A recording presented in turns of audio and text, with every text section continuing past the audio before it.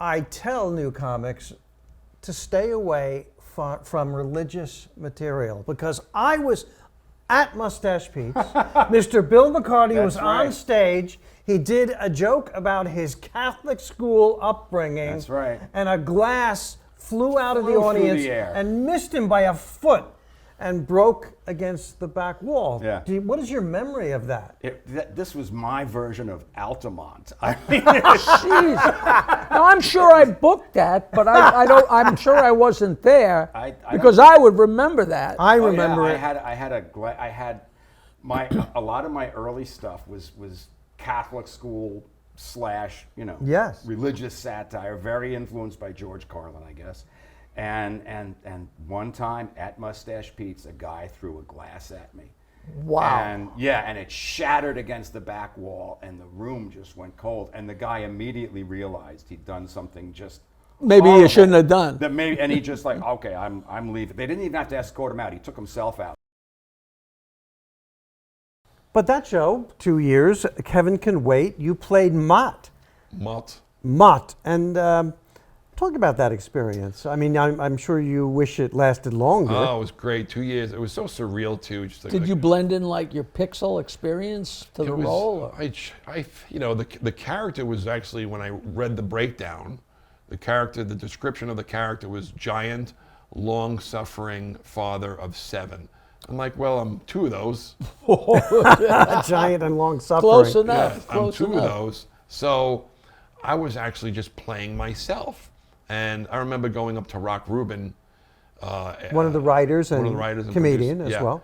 And I remember saying to him, I said, how am I doing? I said, do you want me to try to have more energy? He goes, no, you're doing great. So I would just be me, which is kind of a low energy guy. There were a few times they were like, we got to pick the energy up. I'm like, all right, yeah, have a cup of coffee. That's great. Now, and that was taped right here, right? Yeah, Bethpage. On Long Island, absolutely. Gold Coast Studios in Bethpage. It was great. It was insane. I loved it.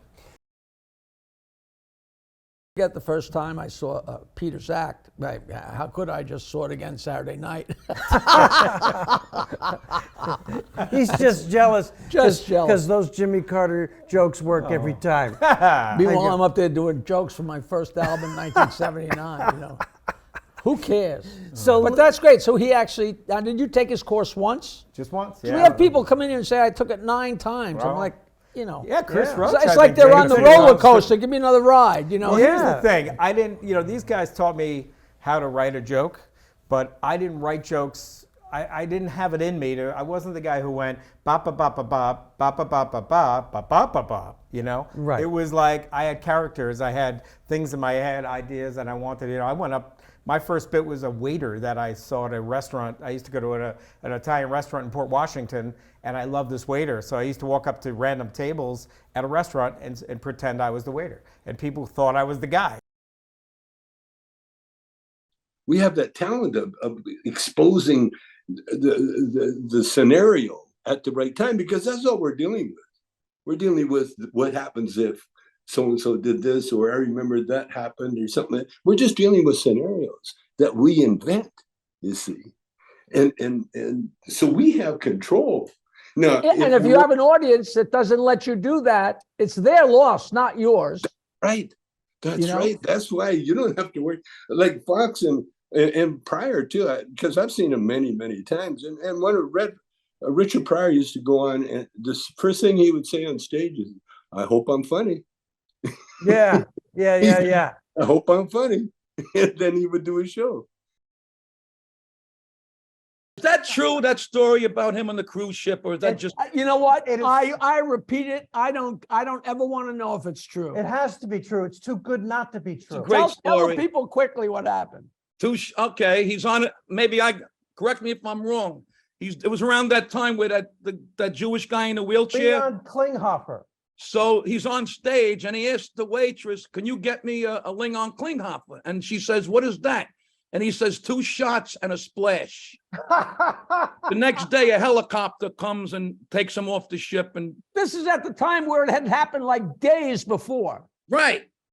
This is a cruise ship, folks. And when they tell you not to do a joke about something that's controversial, they mean it. Well, I did a cruise ship once, never again. I did a joke about the captain.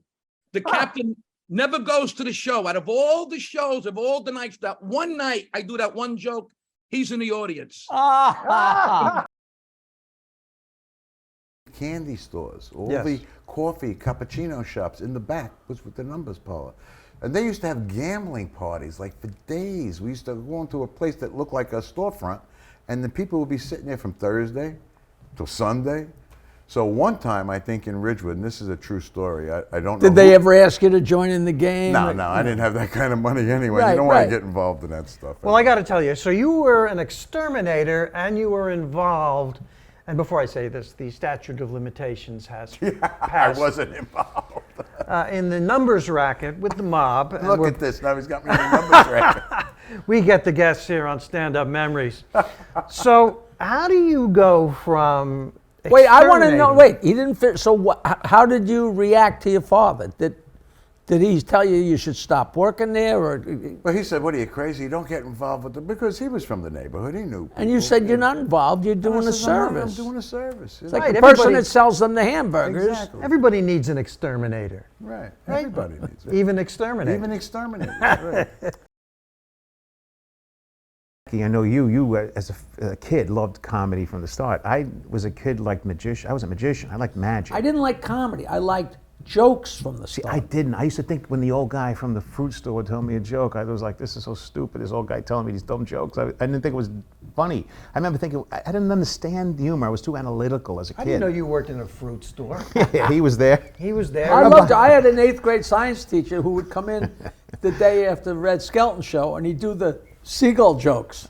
And I would fall off my chair, and everybody else was looking at him like he's crazy, and everybody thought I was sucking up to him to get a decent grade. I'm like, no, it's You just Red good Skelton's, sense of humor. You know. I didn't have a sense of humor. I was analytical. I was Mr. Spock as a kid, and I loved magic. And what happened is, as I got older, and I got this as I was doing magic shows and things. I started as a kid's performer, actually. Yeah. But as I was doing magic, I learned from doing the magic. I wasn't really a good magician, and I was always trying to get a laugh. And I just organically went to that and didn't know it until it happened. It was almost like it found me. And then, as time went on, I started to realize how important comedy was to me later on. Now I study humor now. Learning the Jewish humor became like a big thing. I've dived into it like a book. I love it. It's I love it.